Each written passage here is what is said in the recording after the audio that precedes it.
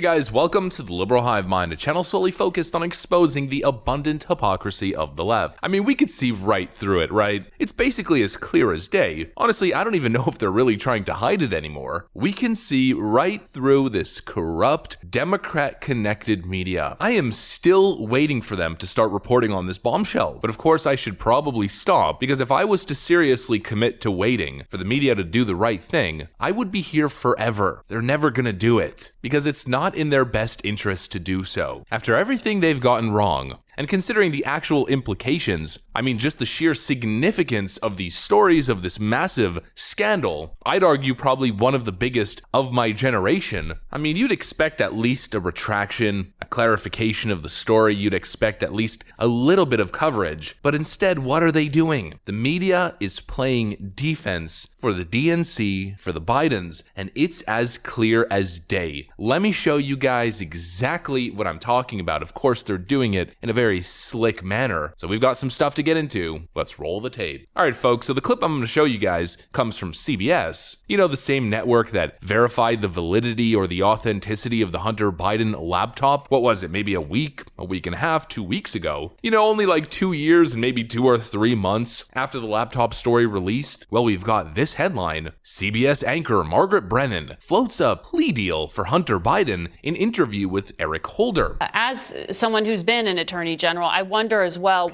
how you think about the case before the U.S. District Attorney in Delaware regarding President Biden's son, Hunter. CBS has reported the FBI has sufficient evidence to charge him with tax and gun-related crimes.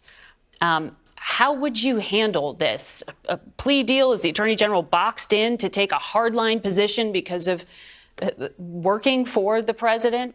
Now that may seem innocent, but it's not. This quote journalist knows exactly what she's doing. What should we do here? A plea deal? Or is the attorney general boxed in to have to, I don't know, uphold the law? This is a supposed neutral journalist showing you how the system works. Those who are connected to the media machine, to the Democrat establishment, get different treatment. Oh, poor Hunter Biden, that poor trust fund baby who smoked crack across the world, making millions of dollars selling his access to the White House. Who knows what he did in terms of some of the corrupt actions. The FBI now has sufficient evidence to charge him with crimes. Oh, poor little Hunter Biden, what can we do to get him a plea deal? We don't want to see our little Hunter Biden in jail. I mean, this is what people are sick of. This nepotism, the double standards, the rules for thee but not for me. Could you imagine what these people would be reporting if the laptop scandal belonged to Donald Trump Jr. rather than Hunter Biden? You think they'd be talking about a plea deal? Absolutely not. And so you see how they try to downplay this.